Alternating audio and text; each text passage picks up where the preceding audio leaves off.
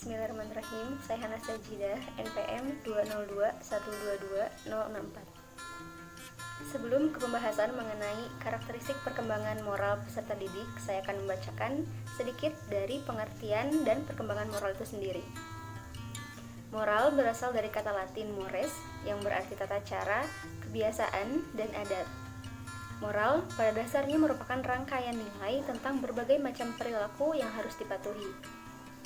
Moral merupakan wujud abstrak dari nilai-nilai dan tampilan secara nyata atau konkret dalam perilaku terbuka yang dapat diamati. Dan sikap moral muncul dalam prakteknya dengan kategori positif atau menerima, netral, dan negatif atau menolak. Secara umum, moral dapat dikatakan sebagai kapasitas untuk membedakan yang benar dan yang salah, bertindak atas perbedaan tersebut, dan mendapatkan penghargaan diri ketika melakukan yang benar, serta merasa bersalah ketika melanggar standar tertentu. Perilaku moral diperlukan demi terwujudnya kehidupan yang damai, penuh keteraturan, ketertiban, dan keharmonisan. Kemudian, Lawrence Kohlberg menekankan bahwa perkembangan moral merupakan penalaran moral yang terjadi secara bertahap. Selanjutnya, menurut Santrop, perkembangan moral adalah perkembangan yang berkaitan dengan aturan dan konvensi mengenai apa yang seharusnya dilakukan oleh manusia dalam interaksinya dengan orang lain. Perlu diketahui bahwa ketika dilahirkan, anak-anak tidak memiliki moral atau immoral, tetapi dalam dirinya terdapat potensi moral yang siap untuk dikembangkan. Karena itu, melalui pengalamannya berinteraksi dengan orang lain, seperti dengan orang tua, saudara, teman sebaya, atau guru, anak belajar memahami tentang perilaku mana yang baik, yang boleh dikerjakan, dan perilaku yang buruk yang tidak boleh dikerjakan. Unsur hubungan timbal balik ini sedemikian penting karena hanya dengan adanya interaksi berbagai aspek dalam diri seseorang, seperti kognitif, afektif, dan psikomotoris, dengan sesamanya atau dengan lingkungannya, maka seseorang dapat berkembang menjadi semakin dewasa secara. Selanjutnya, karakteristik perkembangan moral peserta didik pada usia TK. Menurut Teguh Waluyo, karakteristik perilaku moral pada anak usia dini, dalam hal ini TK, dapat dibagi menjadi 7, antara lain, tidak mengganggu teman yang sedang melakukan kegiatan, meminta tolong dengan baik, mengucap salam jika bertemu atau berpisah, selalu bersikap ramah, berterima kasih jika memperoleh sesuatu, melaksanakan tata tertib yang ada di sekolah, dan mengikuti aturan permainan.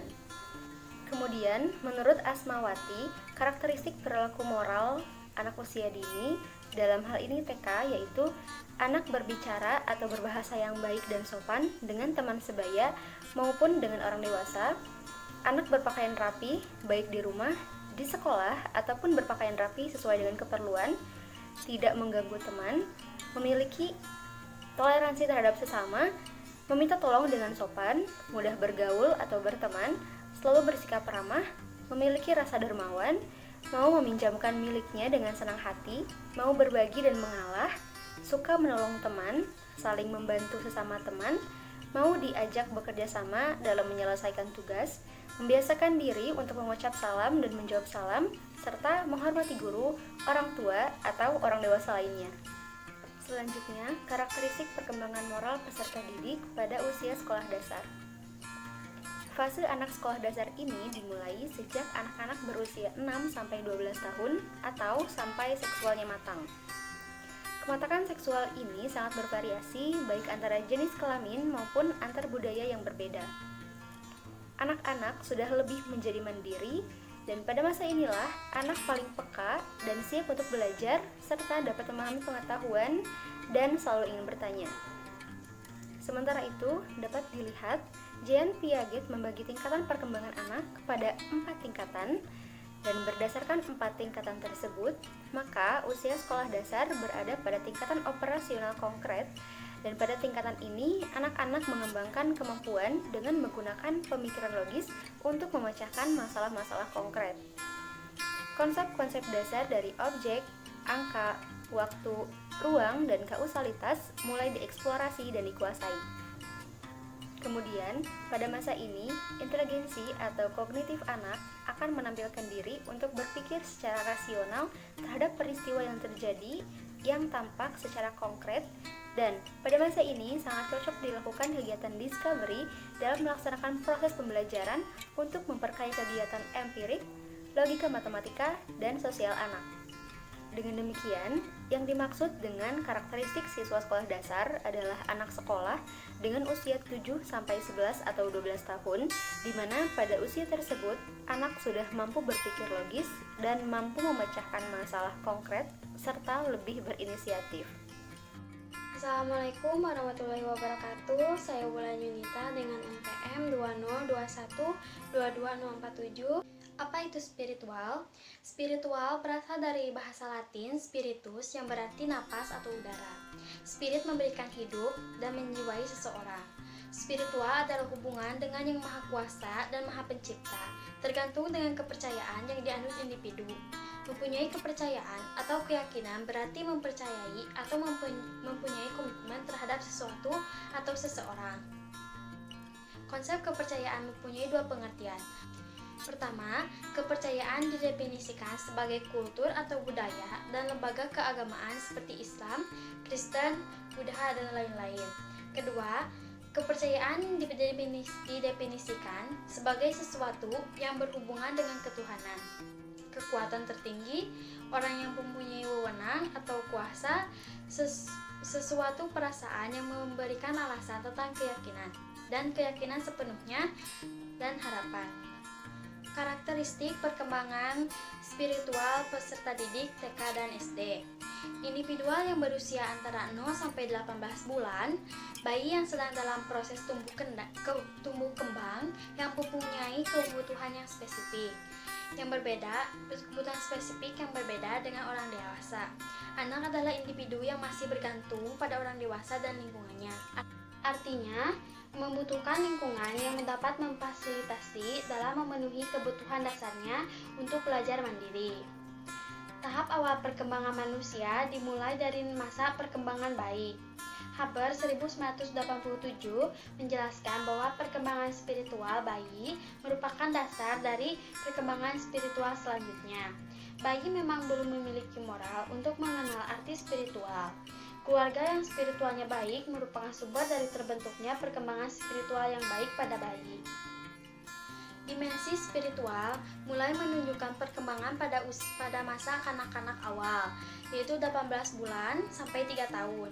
Anak sudah mengalami peningkatan kemampuan kognitif. Anak dapat belajar membandingkan hal yang baik dan buruk untuk melanjuti peran kemandirian yang lebih besar. Tahap perkembangan ini memperlihatkan bahwa anak-anak mulai berlatih untuk berpendapat dan menghormati acara-acara ritual di mana mereka merasa tinggal dengan aman. Observasi kehidupan spiritual anak dapat dimulai dari kebebasan yang sederhana seperti cara berdoa sebelum tidur dan berdoa sebelum makan, atau cara anak memberi salam dalam kehidupan sehari-hari. Anak akan lebih merasa senang jika menerima pengalaman-pengalaman baru, termasuk pengalaman spiritual. Berikut ada karakteristik perkembangan spiritual anak pada usia TK dan SD. Perkembangan spiritual pada anak masa prasekolah atau TK usia 3-6 tahun berhubungan erat dengan kondisi psikologis dominannya, yaitu superego. Anak usia prasekolah mulai memahami kebutuhan sosial, norma, dan harapan, serta berusaha menyesuaikan dengan norma keluarga. Anak tidak hanya membandingkan sesuatu benar atau salah, tetapi membandingkan norma yang dimiliki keluarganya dengan keluarga lain. Kebutuhan anak pada masa prasekolah adalah mengetahui filosofi yang mendasar tentang isu-isu spiritual. Kebutuhan spiritual ini harus diperhatikan karena anak mulai berpikir konkret. Mereka kadang sulit menerima penjelasan mengenai Tuhan yang abstrak. Bahkan mereka kesulitan membedakan Tuhan dan orang tuanya. Yang kedua adalah usia sekolah, atau pada saat ini anak sudah memasuki sekolah dasar. Usia sekolah merupakan masa yang paling banyak mengalami peningkatan kualitas kognitif pada anak, yaitu pada usia 6-12 tahun. Anak usia sekolah 6-12 tahun berpikir secara konkret, tetapi mereka sudah dapat menggunakan konsep abstrak untuk memahami gambaran dan makna spiritual dan agama mereka. Minat anak sudah mulai ditunjukkan dengan sebuah ide, dan anak dapat diajak diskusi dan menjelaskan apakah keyakinan. Orang tua dapat mengevaluasi pemikiran anak terhadap dimensi spiritual mereka. Sekian dari saya. Wassalamualaikum warahmatullahi wabarakatuh. Assalamualaikum warahmatullahi wabarakatuh. Perkenalkan, saya Jungdi Kusmayanti dengan NPM 2021222056 akan menjelaskan mengenai perkembangan moral dan spiritual peserta didik SLTP sampai SLTA. SLTP sampai SLTA adalah di mana seorang anak beranjak menjadi seorang remaja. Masa remaja adalah periode di mana seseorang mulai bertanya-tanya mengenai berbagai fenomena yang terjadi di lingkungan sekitarnya sebagai dasar bagi pembentukan nilai diri mereka. Elord Turiel pada tahun 1978 menyatakan bahwa para remaja mulai membuat penilaian sendiri dalam menghadapi masalah-masalah populer yang berkaitan dengan lingkungan mereka. Secara kritis, remaja akan lebih banyak melakukan pengamatan keluar dan membandingkannya dengan hal-hal yang selama ini diajarkan dan ditanamkan kepada mereka. Ia akan melihat bahwa ada banyak aspek dalam melihat hidup dan berbagai jenis pemikiran yang lain. Baginya, dunia menjadi lebih luas dan seringkali membandingkan, terutama jika ia terbiasa dididik dalam suatu lingkungan tertentu saja selama masa kanak-kanak. Kemampuan berpikir dalam dimensi moral pada remaja berkembang karena mereka mulai melihat adanya kejanggalan dan ketidakseimbangan antara perubahan ini yang mendasari sikap pemberontakan remaja terhadap peraturan atau otoritas yang selama ini diterima bulat-bulat. Maka pemikiran remaja terhadap suatu permasalahan tidak lagi hanya terikat pada waktu, tempat, dan situasi, tetapi juga sumber moral yang menjadi dasar hidup mereka. Perkembangan moral pada remaja dicirikan dengan mulai tumbuh kesadaran akan kewajiban mempertahankan kekuasaan dan peranata yang ada karena dianggap sebagai suatu yang bernilai, walau belum mampu mempertanggungjawabkannya secara pribadi. Pada akhir masa remaja, seorang akan memasuki tahap perkembangan pemikiran moral yang disebut tahap pasca konvensional, ketika orisinilitas pemikiran moral remaja sudah mulai jelas. Pemikiran moral remaja berkembang sebagai pendirian pribadi yang tidak tergantung lagi pada pendapat atau pranata yang bersifat konvensional. Melalui pengalaman dan interaksi sosial, tingkat moralitas remaja sudah lebih matang dibanding dengan usia kanak-kanak. Mereka sudah mengenal tentang nilai-nilai moral atau konsep-konsep moralitas seperti kejujuran, keadilan, kesopanan, dan kedisiplinan. Berdasarkan penelitian yang dilakukan oleh Kusmara terhadap siswa kelas 11 SMA Negeri 22 Bandung, ditemukan bahwa tingkat moral remaja bersifat menyebar, yaitu pada tingkat prakonvensional sebesar 14%, konvensional 38%, dan pasca konvensional sebesar 48%. Dengan masih adanya siswa SMA atau remaja pada tingkat prakonvensional dan konvensional, maka tidak heran apabila di antara remaja banyak yang melakukan dekadensi moral atau pelecehan nilai-nilai seperti tawuran, tindak kriminal, minum minuman keras, dan seks di luar nikah. Peserta didik berprestasi dan tawuran adalah dua hal berbeda yang merupakan cerminan moral yang dianut remaja. Keberagaman tingkat moral disebabkan faktor penentunya, salah satunya yaitu orang tua. Menurut Adam dan Gulota, terdapat beberapa hasil penelitian bahwa orang tua mempengaruhi nilai dari remaja. Sebagai berikut: 1. Hubungan signifikan antara tingkat moral remaja dengan tingkat moral orang tua. 2. Ibu remaja yang tidak nakal mempunyai skor lebih tinggi dalam tahap nalar moralnya dibanding ibu yang anaknya nakal. Ketiga, pertama, orang tua mendorong anak untuk berdiskusi secara demokratif dan terbuka. Kedua, orang tua menerapkan disiplin terhadap anak yang dengan teknik berpikir indukatif. Upaya sekolah dalam rangka mengembangkan moral remaja. Upaya sekolah dalam memfasilitasi tugas-tugas perkembangan siswa akan berjalan baik apabila di sekolah tersebut telah tercipta iklim atau atmosfer yang sehat atau efektif, baik menyangkut aspek manajemen maupun profesionalisme para personilnya. Masa remaja akhir sudah mampu memahami dan mengarahkan diri untuk mengembangkan dan memelihara identitas dirinya. Dalam proses mendekati masa dewasa yang matang adalah remaja yang berusaha bersikap hati-hati dalam berperilaku, memahami kemampuan dan kelemahan dirinya, meneliti dan mengkaji makna, tujuan dan keputusan tentang jenis manusia seperti apa yang ia inginkan, memperhatikan etika masyarakat, keinginan orang tua dan sikap teman-temannya, mengembangkan sifat-sifat pribadi yang dia inginkan. Perkembangan spiritual remaja. Masa remaja adalah masa bergejolaknya bermacam-macam perasaan yang kadang-kadang bertentangan satu sama lain. Kondisi ini menyebabkan begitu cepat dalam diri remaja, seperti ketidakstabilan perasaan remaja kepada Tuhan atau agamanya. Kebutuhan remaja akan Tuhan kadang tidak terasa ketika remaja dalam keadaan tenang, aman, dan tentram. Sebaliknya, Tuhan sangat dibutuhkan apabila remaja dalam keadaan gelisah, terancam, takut, dan ketika merasa berdosa. Perasaan remaja adalah ambivalensi, kadang-kadang sangat cinta, tetapi sering pula berubah menjadi acuh tak acuh dan menentang. Karakteristik perkembangan spiritual remaja. Kemampuan berpikir abstrak remaja memungkinkannya untuk dapat mentransformasikan keyakinan beragamanya. Dia dapat mengapresiasi kualitas keabstrakan Tuhan sebagai yang maha adil dan maha kasih sayang. Berkembangnya kesadaran atau keyakinan beragama seiring dengan mulainya remaja menanyakan atau mempermasalahkan sumber-sumber otoritas dalam kehidupan. Untuk memperoleh kesadaran beragama remaja dapat dilihat dari tahapan masa awal remaja sekitar usia 13-16 tahun. Kepercayaan pada Tuhan kadang sangat kuat tetapi kadang menjadi berkurang, yang terlihat pada cara beribadah yang kadang rajin dan kadang malas.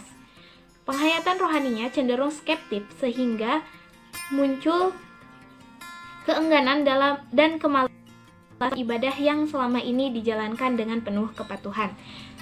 Kegoncangan dalam keagamaan ini mungkin muncul karena faktor internal, seperti matangnya organ seks mendorong remaja memenuhi kebutuhan tersebut, namun di sisi lain ia tahu itu dilarang. Kondisi ini menimbulkan konflik diri.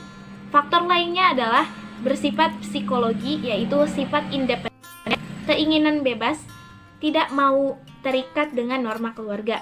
Yang kedua yaitu masa akhir remaja pada usia 17-21 tahun. Remaja sudah mulai melibatkan diri dalam kegiatan-kegiatan keagamaan, sudah dapat membedakan agama sebagai ajaran dengan manusia sebagai penganutnya. Upaya-upaya sekolah dalam rangka mengembangkan spiritual remaja. Cara seorang guru mengajar turut mempengaruhi pemahaman yang diterima anak atau remaja.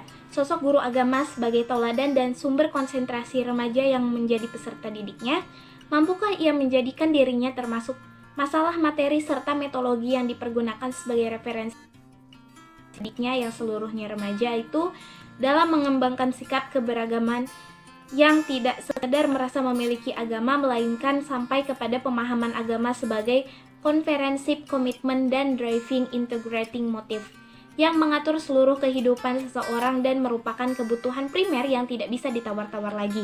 Ajaran agama yang disampaikan di sekolah hendaknya selalu diorientasikan pada kepentingan remaja.